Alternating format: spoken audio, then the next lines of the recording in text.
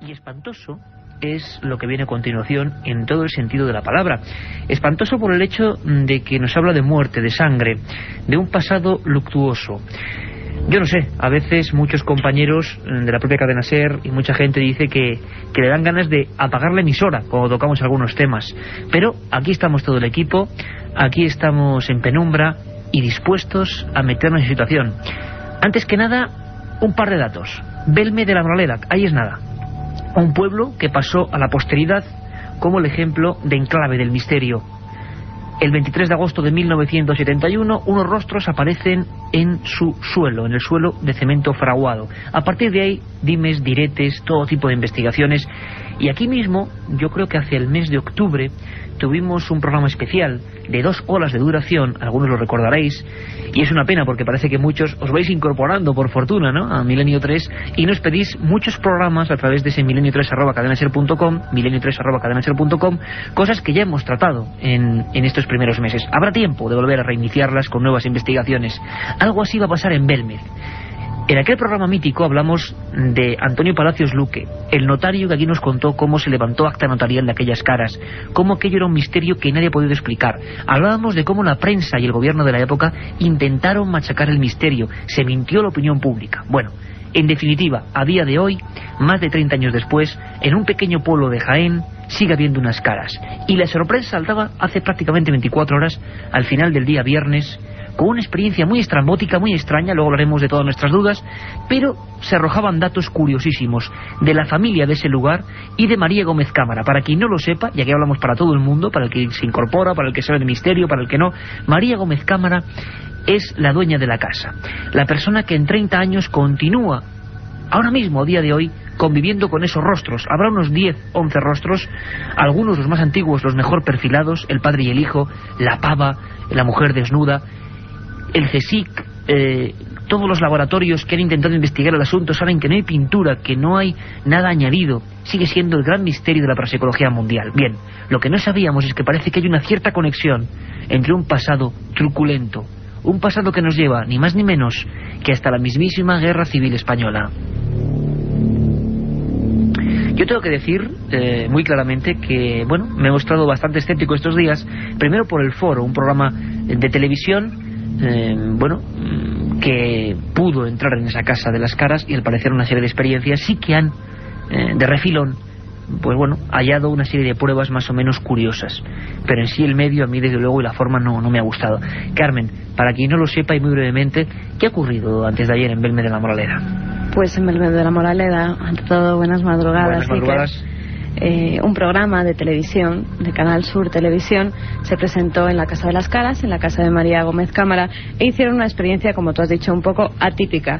Llevaron a una vidente, un hipnotizador, que tiene todo nuestro respeto, Ricard Bru, también se presentó allí, hipnotizando a la vidente. Se agarraron de las manos junto a María para que ésta transmitiera todos los sentimientos, todas las... María Gómez Cámara, 84 años. Exactamente. Para que la gente se haga la un poco... energía en general de lo que tenía María, porque María no quiso ser hipnotizada, para que se la transmitiera a la vidente. Y ocurrieron cosas pues muy particulares, Iker. Muy extrañas, ¿no? Una cosa importante, nos lo preguntáis a través de un montón de foros, a través de milenio3@cadenaser.com, a través de las consultas a la lista de correo, que mandamos un saludo a todos los amigos de Iker Jiménez, de esa lista de correo en la que estamos todo el equipo. Y muy importante, y es que nos decís, bueno, un acontecimiento clave, bueno, hay que, y vamos a hacerlo, separar polvo y paja. Lo hay que decir, yo personalmente he hecho toda la genealogía, toda la historia de esa casa, luego lo comentaremos, y ahí no hay cuerpos enterrados en la guerra civil. Parece que ha habido personas que han comentado eso, que a raíz de esta experiencia parece que esa vidente habla de un macabro crimen con niños. Curiosamente, lo que aparece en el cemento de las caras de Belmez son niños de verdad en una actitud de espanto, que siempre nos han dejado un poco conmocionados por la tremenda pena y tristeza que se destila de todos y cada uno de ellos. Pues bien, No es la primera vez, Carmen, a pesar de que la gente puede pensar, que se hipnotiza a un vidente dentro de Belmez. Ha habido muchos. Uno de ellos en el año 87 salió corriendo porque dijo que una de las caras se había sentido agredido. Muchos, y yo he presenciado algunas de estas historias, llegaban allí y veían al final de esa vieja cocina donde en los suelos aparecen estos rostros, una de ellas, la que es más antigua, la que llaman la pava, una cara que se ha ido deformando con el tiempo, salía corriendo esa persona, considerando que estaba todo el foco negativo. Pero la primera, al César lo que es del César, y la primera investigación de este tipo la recogió en el primer número de la revista Karma 7, porque Exiquio García Carbajo, un prestigioso psiquiatra, bueno, intentó hacer hipnosis clínica con una vidente que se acogía al seudónimo de Salomé, y ya esa vidente dijo una cosa muy curiosa: todo esto es un gran fraude. Otros, sin embargo, han dicho cosas muy contrarias, es decir, que había una verdad, había un mundo de sangre. En definitiva, Carmen, todo lo que es la historia de Belmez destila algo que es como pasado truculento. La noticia estaba en Belmez de la Moraleda, Sierra Mágina, Jaén, y ahí estaba hace nada, casi lo pillamos regresando del viaje, don Luis Mariano Fernández Pimentel, nuestro compañero informador. Luis Mariano, buenas madrugadas, amigo. Muy buenas madrugadas, sí, Carmen, y a todos los amigos oyentes de Milenio 3. Oye, encantado de que este sea tu debut en un programa tan espectacular por toda esa investigación que tú estás haciendo facultativamente. Muchas gracias, en Milenio 3. El privilegio y el honor es mío, ¿no?, en participar en tu programa, en informar, pues, sobre esta inquietante e increíble historia, ¿no?, que lleva rondando ya, pues, casi 33 años, ¿no? Ahí es nada. Pero lo curioso, Luis, es que no teníamos noción todavía hoy. En foros como Internet había mucha confusión sobre qué ha ocurrido. Hay que tener en cuenta que, bueno, solo una parte de España, Andalucía, ha podido ver este programa. Luis, ¿qué decía esta vidente? Yo te puedo contar, y en Pique y a los oyentes, hacer una crónica de lo que yo vi en el programa emitido el viernes pasado. Yo Fenomenal. Averigüé ayer en Belmez, porque regresé muy tarde, regresé de madrugada, que efectivamente el programa se emitió el viernes. Es un programa que se produce en Sevilla, en una productora. El programa se llama Flashback, donde interviene Ricard Bru, efectivamente, como hipnólogo, y hace una serie de experiencias, de regresiones hipnóticas, todas ellas muy respetables. Por lo que yo pude averiguar ayer, este equipo de este programa estuvo el lunes pasado en Belmez de la Moraleda. Fíjate, Iker, que en el programa del viernes, que se emitió el viernes, repito, aparecía en todo momento sobreimpresionado en pantalla lo siguiente: en unos instantes van a ser testigos de un testimonio impactante. Después de 30 años de investigaciones, un equipo de Flashback consigue desvelar el misterio de las caras de Belmez. Claro, cuando yo leía esto en el programa, imagínate, ¿no? O sea, ya conocíamos un poco las buenas investigaciones de Pedro Amorós, que curiosamente Pedro Amorós y el doctor Enrique Vila, amigos nuestros, estuvieron invitados en ese programa. ¿Pero estaban físicamente todos en la casa? No, Pedro Amorós y el doctor Enrique Vila estaban presentes físicamente en el programa de televisión. Y Ricard Bru, con la vidente, estaba en la casa de María Gómez Cámara. Efectivamente, ellos en el propio programa de televisión dan paso a un reportaje que grabaron el lunes, repito, y en el que intervino una medium que se llama Ana Castillo. Es una continua colaboradora de este programa, donde Cabru, pues bueno, hace multitud de experiencias con ella. El caso es que María, en un momento, se niega a querer participar en la hipnosis, porque Ricard Bru le propone a la propia María Gómez Cámara que participara de la hipnosis regresiva. María se niega, la medium entra en trance hipnótico, empieza a relatar, Iker, un episodio extraño de la guerra civil. Describe un lugar con una cruz. La medium dice que las caras expresan el dolor y el sufrimiento de María Gómez Cámara. Habla del sufrimiento de unos niños, relata la matanza de unos niños cerca de un pueblo, y que los huesos de esos niños no están enterrados en la casa de María. Claro, uno ve un poco esto de alguna manera, pues pensando que pueda ser un pequeño circo. Es decir, yo la verdad es que no le... Sí, desde luego un formato, un lugar, cuando todos nosotros, te incluyo, nos incluimos, todos los que llevamos muchos años investigando en Belmez, desde luego esta especie de plató medio así, un poco medio circense, si no quiero insultar a nadie, pero no nos parece el lugar más idóneo, ¿no? Pero al parecer el dato es curioso. Enseguida María le cambia el rostro. ¿Qué ocurre? Efectivamente, es cuando ya Ricard Bru empieza a interrogar a María de que si efectivamente pues la familia de ella había tenido alguna pérdida familiar en la guerra civil. Cuando María se queda perpleja ante todo esto, dice: efectivamente, yo tenía unas sobrinas, una hermana y mi cuñado que murieron en una terrible batalla, ¿no?, muy cerquita de aquí de Belmez, en Andújar. Y claro, todo esto se dispara. Imagínate lo extraño, la medium, que creo que no conoce la historia, empieza a relatar toda esta historia, y todos se quedan súper extraños, súper perplejos. Y bueno, pues es cuando Ricard Bru empieza a preguntar a María y a la familia si conocían estas historias. Y fíjate que María cuenta la historia de sus sobrinas, hermana y cuñado, que habían sido asesinados en la guerra civil. ¿Un total de cuántas personas, Mariano? 7 personas. 7 personas. Las 5 sobrinas de María Gómez Cámara, el cuñado de ella y la hermana. y murieron en Andújar, en el Santuario de la Cabeza. Y qué curioso que en el Santuario de la Cabeza hay una gran cruz.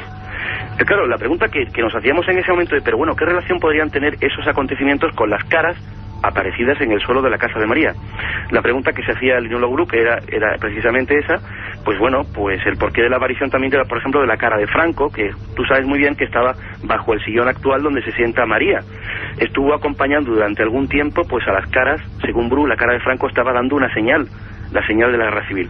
Y unas informaciones sí que muy extrañas. Yo me quedé perplejo. Yo pude ver el rostro a través de la pantalla del televisor, y creo que te lo comentará Pedro Amorós en su momento.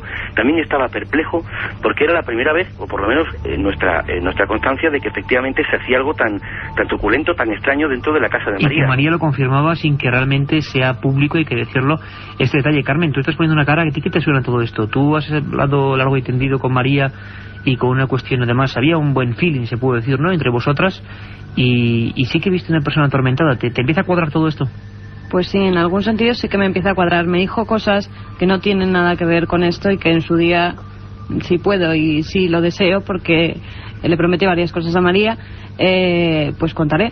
Pero por el momento sí, me casa. Parece que hay un pasado que hay algo trágico, extraño, ¿no? Que hay un pasado trágico, que efectivamente hay niños. Otra vez volvemos a los niños, y esas caras que salen, la mayoría son de niños.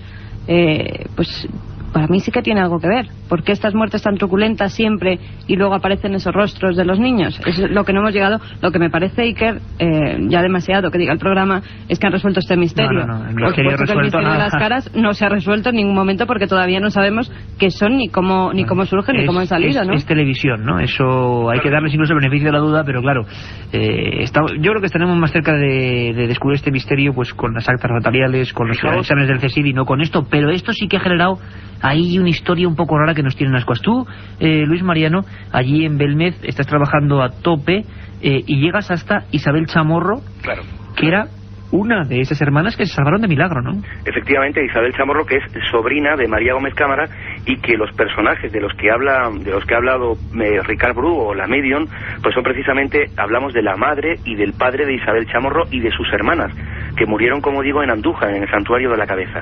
Yo cuando fui a Isabel Chamorro, Ricard Bru decía que no estaba autorizado a dar el nombre de la persona, de que le había facilitado la fotografía, que luego hablaremos de ella, ¿no? Porque claro, ahí está todo el meollo, en el tema de la fotografía. Pues bueno, yo me encontré ante una Isabel Chamorro muy abierta, como siempre, en ningún momento.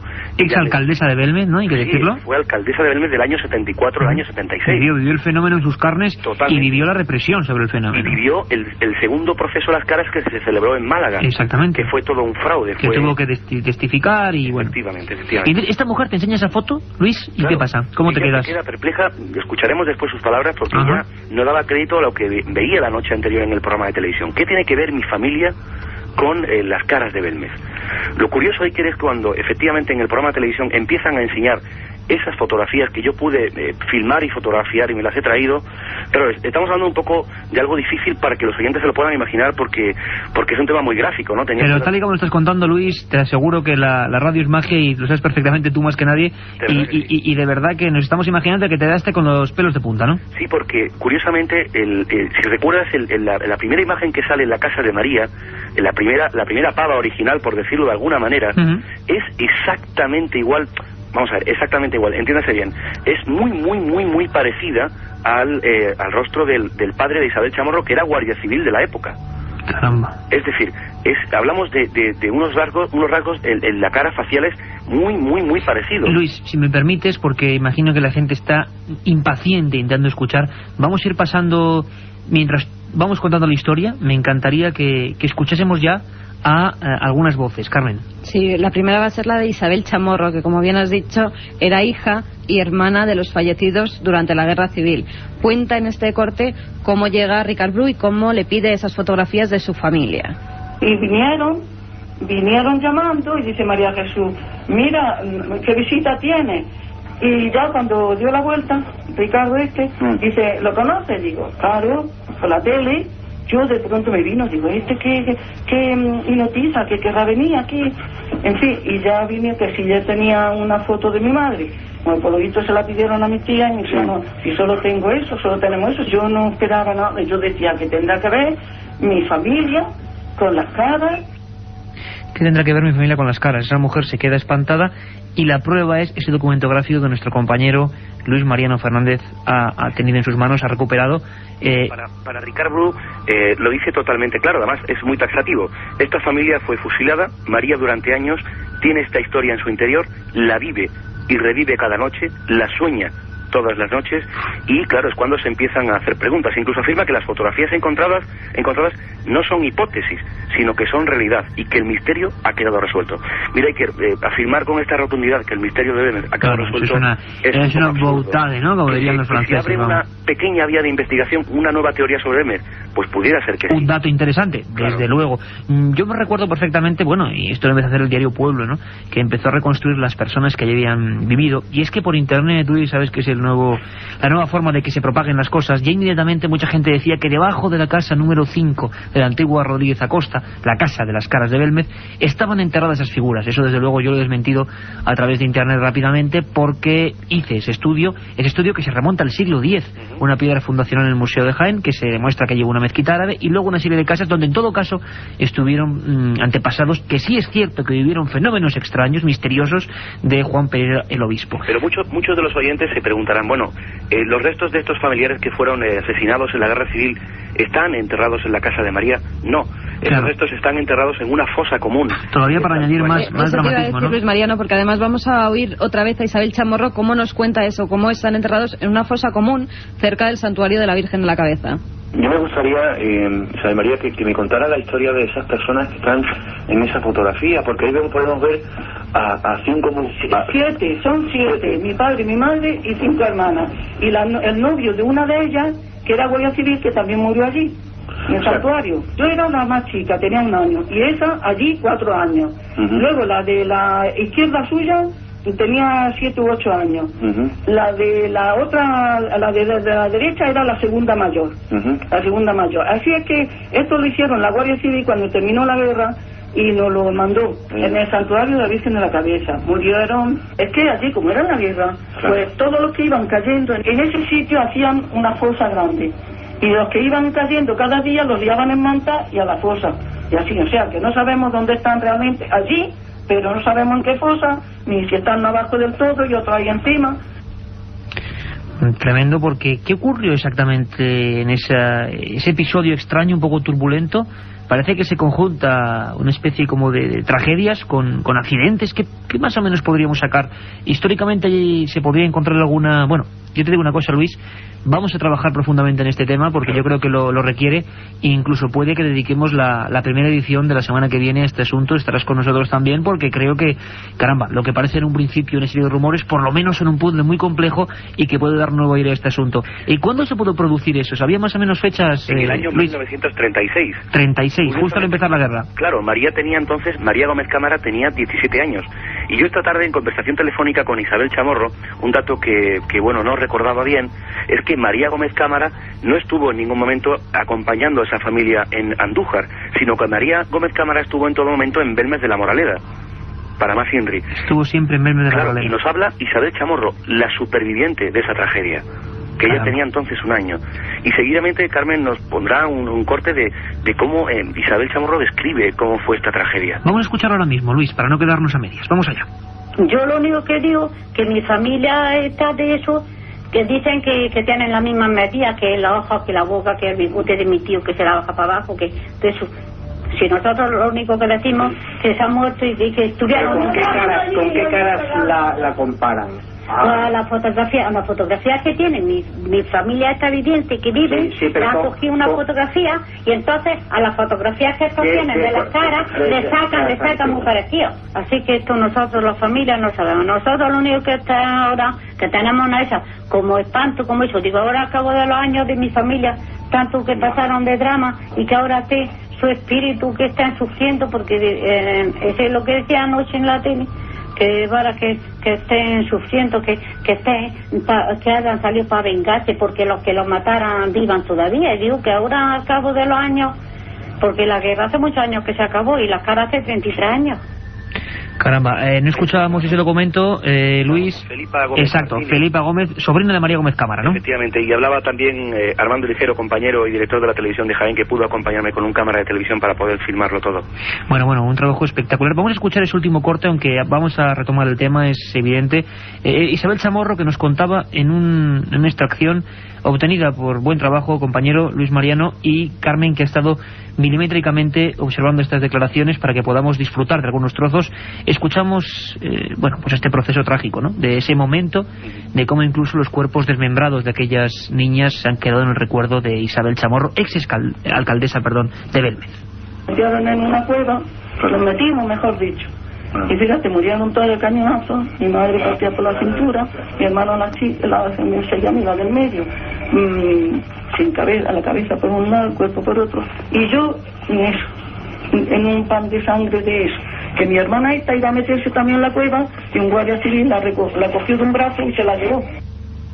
Tremendo. Luis, yo creo que a la vista de los resultados, de las hipótesis, de las incógnitas que todo esto puede resultar, es un tema tremendamente humano y tremendamente trágico. Yo creo que deberíamos reiniciar el tema, ¿no? Hubo un momento, Iker, en el programa de televisión, para mí un tanto bochornoso, que fue cuando Ricard Bru, con todos mis respetos, enseñó a cámara un trocito de cemento del suelo de la casa de María, que dice, le regalaron la propia familia de María. Luego en la Medium salió un texto sobreimpresionado en pantalla, una vez en plató, decía: la Medium volverá a relatar las dramáticas escenas de la matanza que aclara el misterio de las caras de Belmez. Bueno. Es decir, ellos han dado por sentado y por supuesto sabido de pero que eso está muy claro, Luis, que la televisión es así, que mira, pocos programas hay, y exceptuando honrosísimas, ¿no?, concretas situaciones de programas como el que tú realizas realmente, y es así, porque hemos estado todos contigo allí en Benalmádena Televisión. Pocos programas así donde se pueda argumentar la colaboración que yo hago en local, algunos, pero muy pocos donde se pueda hablar libremente y sin bochorno. Pero hay una cosa importante, Luis, y es que yo creo que Carmen también estará de acuerdo en que a mí, me vais a perdonar, pero me importa un bledo el programa de televisión. Es más, soy bastante contrario a determinados programas de televisión. He renunciado a ir a programas de televisión, entre ellos a Flashback, que tiene todos mis respetos, pero no comparto su forma de hacer cosas. Y sin embargo, concomitantemente, como decía el gran Germán de Argumosa, sí que ese programa de televisión o esa vidente ha sacado una pista, un dato que no podemos permitir que se mallogre, que según la televisión será un dato de audiencia. Para nosotros es mucho más que un punto de share, y vamos a intentar investigar e intentar indagar. Luis, yo creo que sería esencial continuar esta semana la investigación, volver a contactar con la gente, ver también por dónde respira María Gómez Cámara, y probablemente dedicar un programa en directo también de 10:30 a 11 la próxima semana, porque esto es espectacular. Claro que sí. Además, yo quería comentarte ahí que, como bien decía Pedro Amorós en ese mismo programa, sorprendido y prudente, que es la primera vez en muchos años que por lo menos se ve un pequeño atisbo de solución a algunas caras de Belmez. Y estaremos también con Pedro, estará don Luis Mariano. Fenomenal trabajo, compañero. Muchas gracias a vosotros, y aquí estoy para informaros. Pues la semana que viene te tenemos aquí al pie del cañón, porque el tema lo han visto y lo han sentido, sobre todo, que es lo importante en la radio, todos los oyentes. Tienen mucho por donde tirar. Vamos a intentar esta semana trabajar de nuevo en Milenio 3 es típico. Retiramos todo lo que teníamos pendiente, todo lo que teníamos previsto, para enfocarnos en las caras de Belmez, y si alguien estará allí será don Luis Mariano. Un abrazo muy fuerte, compañero. Un abrazo muy fuerte para todos. Luis.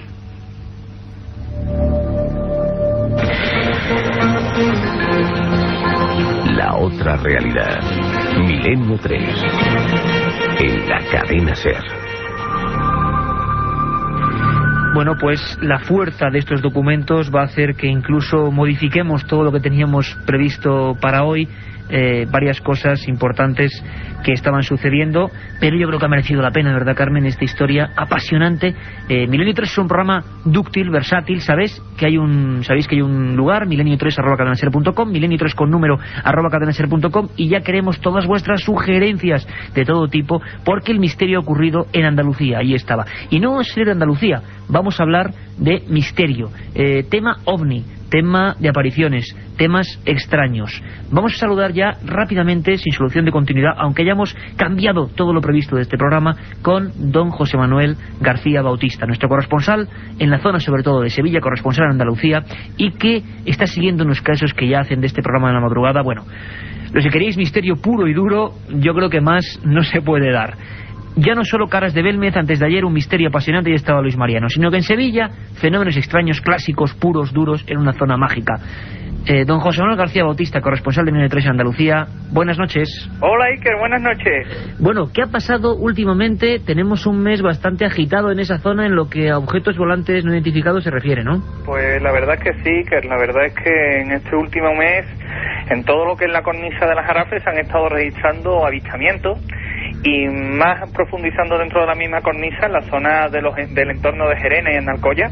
Pues ahí tenemos, aparte de avistamiento, incluso encuentros con seres, incluso aterrizajes, que la verdad es que están impactando no solo ya a los ufólogos de aquí de Sevilla, ¿no?, y de la zona, sino ya a los mismos habitantes de los mismos pueblos limítrofes. A mí me parecería importante, José Manuel, hacer un pequeñísimo inciso en que no es una zona, digamos, desconocida para el misterio, ¿no?, sino que ha sido una zona clave, epicentro, y que incluso cuando hemos hecho algunas estadísticas, aunque es muy difícil, evidentemente, es sin duda la región, esos pueblos de Aznalcóllar, Aznalcázar, Benacazón, Gerena, uno de los lugares, sin duda, o el que más de influencia de este tipo de fenómenos, ¿no? Evidentemente, Iker, como tú comentas, la zona de los pueblos que muy bien has reseñado, pues son de los que, digamos, una incidencia más alta tienen en nuestra región a nivel de avistamientos ovni y a nivel histórico, ¿no?, como tú has comentado. Basta recordar el caso de Adrián Sánchez, Fernández Carrasco, los diferentes chupacabras que también se han dado en la zona,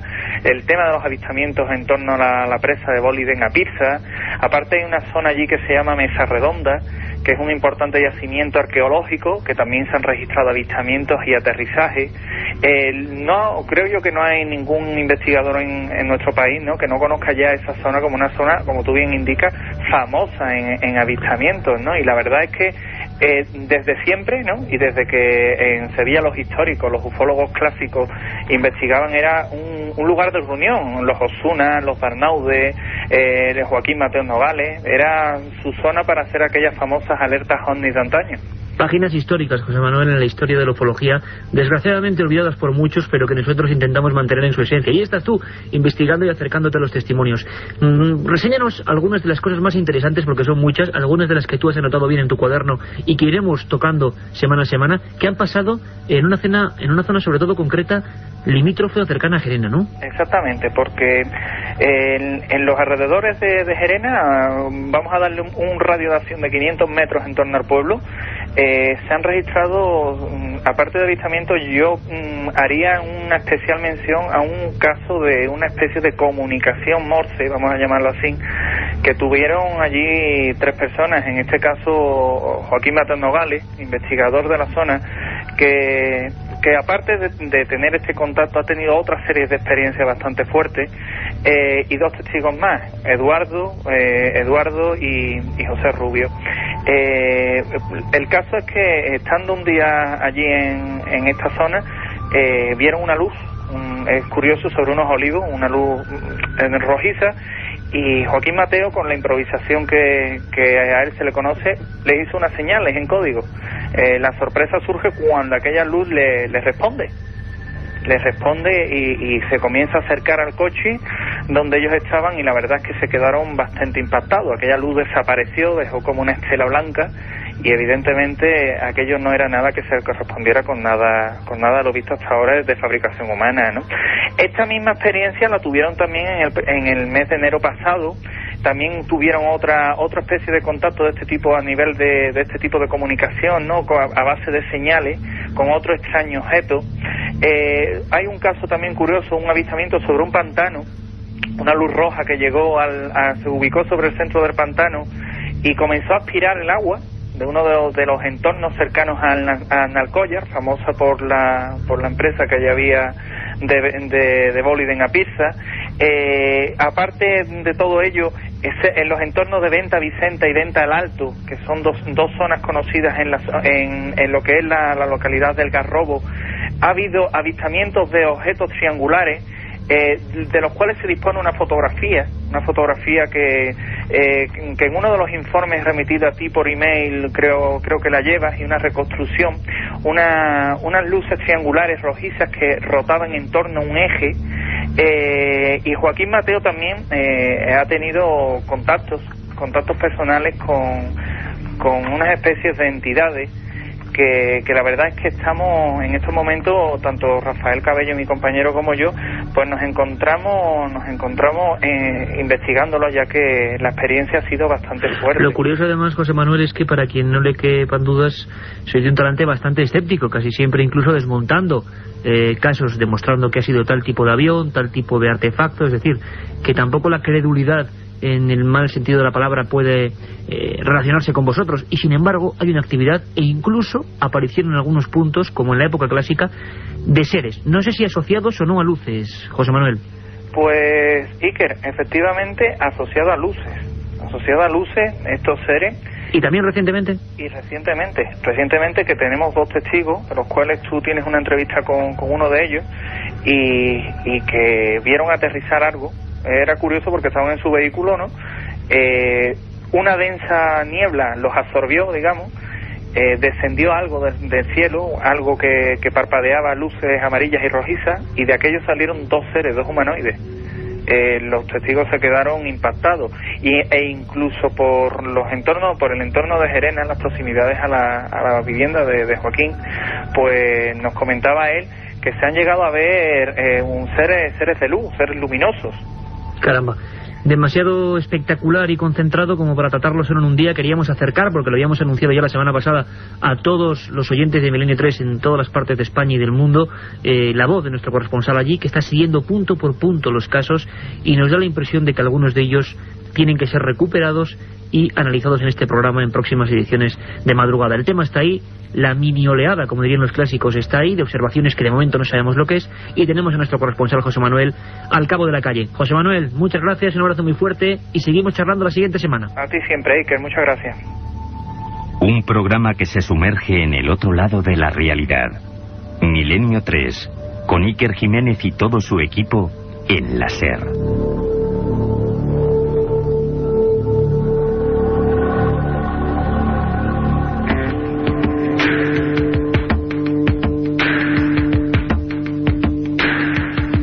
Y 39 minutos, ya sabéis, milenio3@cadenaser.com, un programa, bueno, intenso, cargadito de misterio. Está ocurriendo ahora mismo, estamos cambiando el orden de los hechos y acontecimientos ahora mismo, y probablemente la próxima semana tengamos muchos más datos y os lo ofreceremos como siempre aquí en exclusiva, en vuestro lugar, en vuestro punto de encuentro con el misterio, con lo desconocido, con el periodismo de investigación. Milenio 3. Estamos ya, parece mentira, en 10 de febrero. Pasaron muchas cosas, ¿verdad, Carmen Porter? Pues sí, que tal día como hoy, en 1519, Hernán Cortés inicia la conquista de México. Años más tarde, en 1805, el decreto que suprime las corridas de toros en España. 1923, muere Wilhelm Röntgen, físico alemán descubridor de los rayos X. 7 años más tarde, en 1930, el general Miguel Primo de Rivera abandona España. 1943, Gandhi inicia una huelga de hambre contra su detención. En 1959, en Madrid se dicta pena de muerte contra el delincuente José Manuel Jarabo, acusado del asesinato de 4 personas. 1977, se producen los aterrizajes de Gallarta, Vizcaya. Un caso realmente asombroso, Carmen. Te corto aquí porque siempre vamos a intentar que haya una anécdota referida al misterio. Juan Sillero, principal protagonista de unos hechos que recogió el informe concreto del Ejército del Aire. Aterrizajes de supuestos fenómenos ovni en unas minas abandonadas en Gallarta. Y el último, 1986, se inicia en Palermo, Italia, el proceso contra la mafia.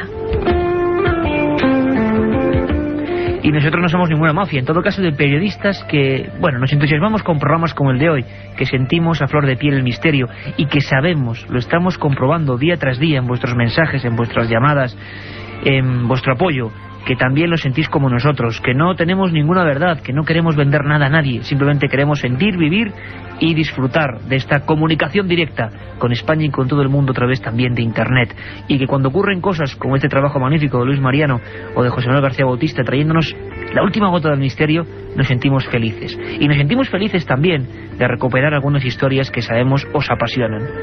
Sin duda alguna, pues las leyendas urbanas se han ganado un hueco de honor en nuestro programa. Nos la trae siempre Katia Rocha, nuestra productora, que se afana en recorrer historias que quedaron olvidadas por el tiempo y que aquí desempolvamos.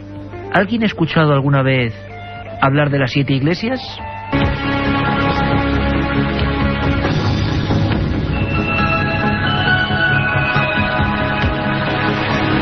Cerca de la 1 de la madrugada, un taxista regresaba a su casa después de todo un día de arduo trabajo.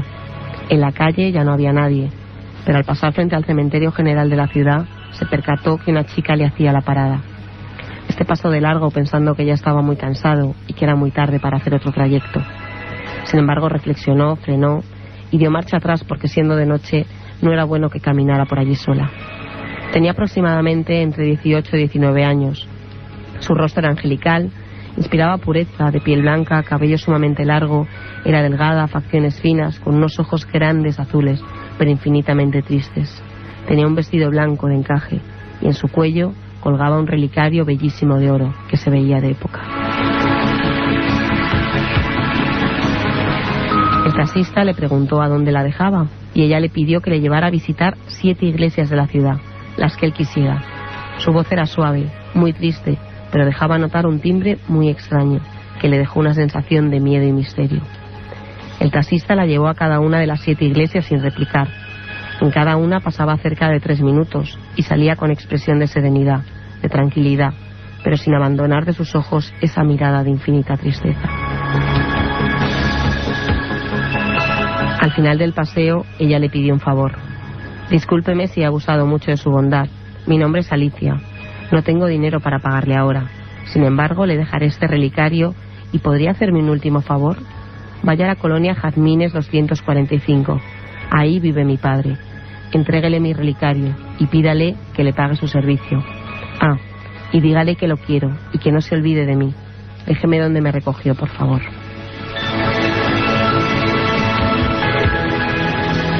El taxista se sintió como en un trance, en donde actuaba automáticamente a la petición de la chica, y la dejó ahí, frente al cementerio. El hombre se fue a su casa, se sentía mareado, le dolía intensamente la cabeza y su cuerpo le ardía por la fiebre que empezaba a tener. Su esposa lo atendió de ese repentino mal, que duró así casi 3 días. Cuando al fin pudo reaccionar y se sintió mejor, recordó su última noche en el taxi, recordó a la niña angelical de las iglesias y recordó su última petición. Aunque él no comprendía nada, pensó: qué raro fue todo. Seguro que se fue de su casa o tiene problemas. ¿Pero por qué en el cementerio? ¿Quién era? El relicario. Sí, ahí estaba, sobre su mesita de cama.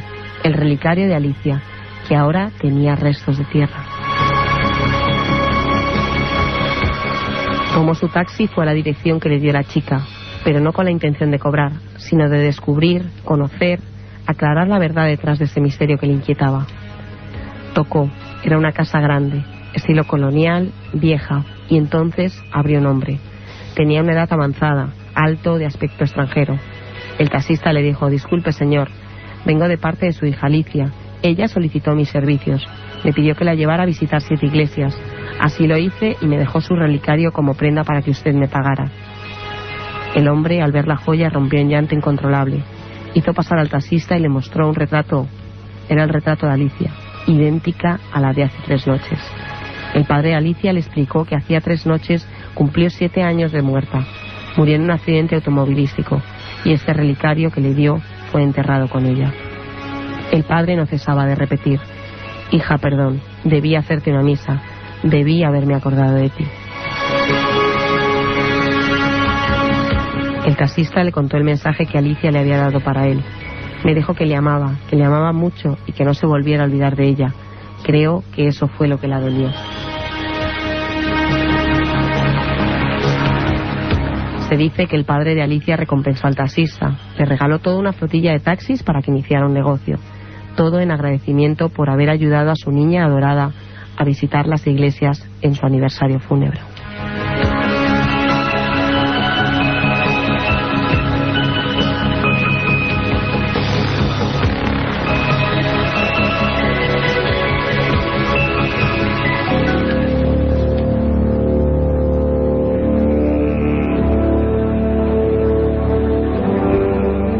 Estamos ya en la recta final del programa, como decimos, programa intenso, vivido. Don Carlos Nicolás, que nos pone esta música, significa que sin más preámbulo abrimos las puertas de la biblioteca de Milenio 3. La biblioteca de Milenio 3. Carmen, tienes un libro novedoso entre las manos de también un buen amigo de este programa, y creo que un libro que ha quedado bonito. Aún está calentito, Iker. Acaba de salir esta misma semana en la colección El Archivo del Misterio de Iker Jiménez.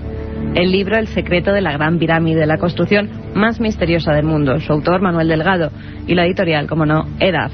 Es el nuevo proyecto que tenemos en los libros de este programa y que, Carmen, bueno, vamos a ir comentando en las bibliotecas, porque yo creo que la obra lo merece, el empeño lo merece, y siempre seréis vosotros quien tengáis la última opinión, la última razón. Os podéis acercar a este libro, que tiene unas 200 páginas. Yo ya me lo he leído. Es, la verdad, una investigación que ha hecho Manuel Delgado en sus 55 viajes a Egipto. Y como siempre, Iker, para empezar, rescato unas palabras del autor que nos dice: se trata de los monumentos más impresionantes que el hombre haya erigido sobre la vieja superficie de nuestro planeta, si es que fueron los hombres quienes las construyeron. Hasta los más poderosos reyes o emperadores no han podido evitar sentirse pequeños al contemplar unos monumentos que parecen ser obra de gigantes. Como decía Iker, este libro es un gran trabajo realizado por Manuel Delgado, que ha estado tantas veces en Egipto. 55 o 56 llevará ya. Hemos podido estar también en alguna ocasión con él allí, visitando esas maravillosas tierras, y es el único explorador, además, que ha logrado fotografiar metro a metro todas las cámaras y habitáculos de la Gran Pirámide. En esta obra nos habla de todas y cada una de las cámaras que se encuentran en la pirámide: la cámara del rey, la de la reina, la del caos, y otras que no conocemos. Va más allá y nos hace una radiografía completa de la cámara de los rastrillos, el túnel de Al-Mamun o las cámaras de descarga. También, basándose en fuentes históricas, enuncia la teoría de que Egipto pudiera ser la mítica Atlántida, o se pregunta si la Gran Pirámide pudo ser anterior a Keops. Todo ello, y queda acompañado de un gran número de fotografías, la mayor parte de ellas completamente inéditas. Y además documentos sobre lo que hablamos aquí en vivo con un corresponsal en Egipto, esa introducción de un robot por el canal de Gantenbrink descubriendo otra puerta. Bueno, todos los misterios recientísimos de Egipto en ese libro. ¿El título, Carmen? El secreto de la Gran Pirámide, la construcción más misteriosa del mundo. De Manuel Delgado. El archivo del misterio de Iker Jiménez, editorial EDAF. Y yo muy rápido os hablo de Pierre Gaston.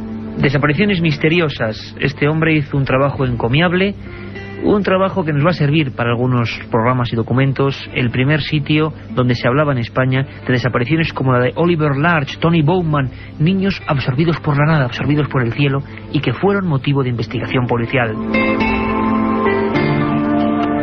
Un libro de tapas negras de Plaza y Janés, esa colección Otros Mundos, realmente inolvidable. 260 páginas de información, de documentación. A mí, de niño, uno de los libros que más me impresionó. La pena es que ahora sea uno de esos incunables que traemos aquí de vez en cuando. Un ojo con varios cubos en sus pupilas. Desapariciones misteriosas. Patrice Gaston, 1974.